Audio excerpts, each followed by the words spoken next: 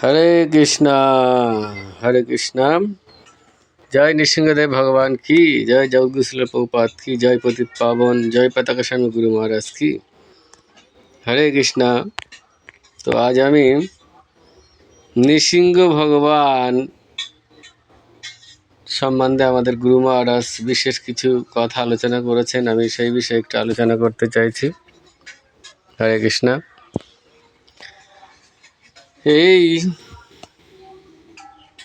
এই জড়জগতে প্রত্যেকেই মৃত্যুকে ভয় পায়। এই জড়জগতে প্রত্যেকে মৃত্যুকেই ভয় পায়, কিন্তু মৃত্যু ভগবান নৃসিংহদেবকে ভয় পায়। মৃত্যু ভগবান নৃসিংহদেবকে ভয় পায়। তাই সর্বদা শ্রীকৃষ্ণের আশ্রয় গ্রহণের মাধ্যমে আমরা অত্যন্ত নিরাপদে অবস্থানে রয়েছি। হরি বল। জয় পতাকা স্বামী গুরু মহারাজ, শিলা জয় পতাকা স্বামী গুরু মহারাজ, 23শে মার্চ 2021, শ্রীদাম মায়াপুর। হরে কৃষ্ণ। তো এই জগতের মানুষ প্রত্যেকেই মৃত্যুকে ভয় পায়, এটা তো স্বাভাবিক বিষয়, কিন্তু তবুও কোনো রকম অন্যায় থেকে সে বিরত থাকতে চায় না।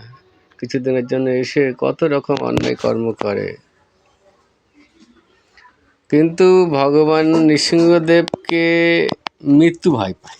ঠিক আছে, সেই জন্য যারা সর্বদা কৃষ্ণের আশ্রয় গ্রহণের মাধ্যমে এই বৈষ্ণব সম্প্রদায়, আমাদের ইস্কন ভক্ত বা সমস্ত বৈষ্ণব ভক্তরা যারা কৃষ্ণকে নিয়ে সাধন ভজন করেন, তাদের ভয় পাওয়ার কোনো প্রয়োজন নেই, কারণ আমরা মৃত্যুকে ভয় পাই না। তাহলে কিসের ভয় পাই? কোনো কিছুতেই একজন বৈষ্ণব, শুদ্ধ বৈষ্ণব ভয় পায় না। এবং দৃষ্টান্ত এখানে প্রহ্লাদ মহারাজ হিরণ্যকশিপুর পুত্র ছিলেন। হিরণ্যকশিপু ব্রহ্মার বর পেয়ে নিজেকে অমরত্ব ভেবে উনি সব জায়গায় ওনার মন্দির প্রতিষ্ঠা করে ওনার পূজা করার জন্য উনি সারা পৃথিবী জুড়ে প্রতিষ্ঠা করেছিল। তা ভাবুন যে একজন সাধারণ মানুষ কখনো ভগবান হতে পারে না, কিন্তু সবাই ওনাকে মানতো না, কিন্তু ওনার ভয়ে মানত। সেই রকম ওনার ভয়ে সবাই হয়তো ওনাকে ভগবান মানলেও মনের থেকে কেউ ওনাকে মানত না, কিন্তু প্রত্যক্ষভাবে ওনার যে পুত্র প্রহ্লাদ মহারাজ কিন্তু ওনাকে কখনোই ভগবান বলে মানেনি। বলেছেন ভগবান একমাত্র হচ্ছে শ্রী বিষ্ণু বা কৃষ্ণ ভগবান, কৃষ্ণস্তু ভগবান স্বয়ং। সেজন্য উনি অনেক রকমভাবে হাতির পায়ের তলায় ফেলে, সর্প আঘাতে মানে সাপেরদের মধ্যে দিয়ে, পাহাড় থেকে জলে ফেলে দিয়ে, ঠান্ডা বরফের মধ্যে রেখে এবং অস্ত্র দিয়ে হত্যা করার উদ্দেশ্য, এরকম অগ্নির মধ্যে, আগুনের মধ্যে, চিতার মধ্যে দিয়ে অনেক রকমভাবে ওনাকে কিন্তু প্রাণে মারার চেষ্টা করা হয়েছিল। প্রহ্লাদ মহারাজকে কিন্তু মারতে পেরেছিল কি? কখনোই পারেনি। কেন পারেনি? কারণ উনি কৃষ্ণ ভক্ত ছিল। কৃষ্ণ ভক্ত সবসময় সুরক্ষিত।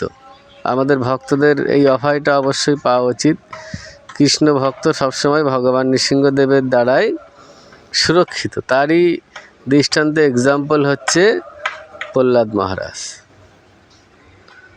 সেই জন্য আমরা কখনো এটা ভাববো না যে অ্যাকচুয়ালি জড়জাগতিক ভয় পাওয়ার কোনো প্রয়োজন নেই।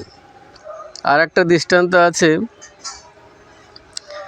যখন চৈতন্য মহাপ্রভু আসেন 538 বছর আগে, তখন চৈতন্য মহাপ্রভু আপনার শিবা সঙ্গনে চাঁদ কাজী হরে কৃষ্ণ আন্দোলনকে প্রতিরোধ করার জন্য, বন্ধ করার জন্য উনি সেনাবাহিনী দিয়ে খোল, করতাল, মৃদঙ্গ ভেঙে দিয়েছিল শিবাসাঙ্গানে।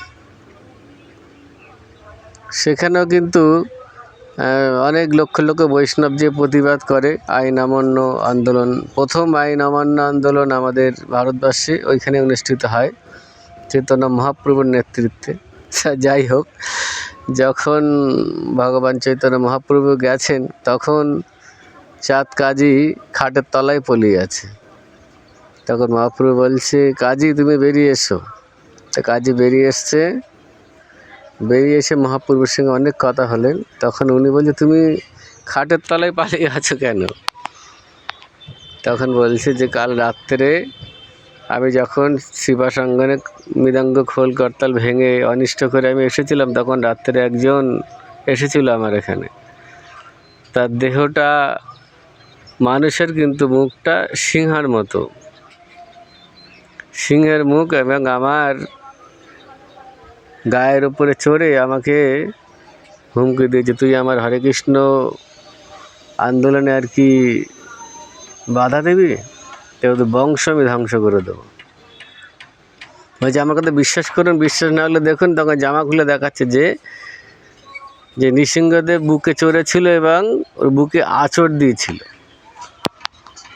সেই রকম আমরা সবসময় ভগবান নৃসিংহদেবের কাছে আমরা যদি কৃষ্ণ নাম করি এবং নৃসিংহদেবের কাছে প্রার্থনা করি, তাহলে অবশ্যই আমাদের সমস্ত বিপদ থেকে অবশ্যই আমরা রক্ষা পাব।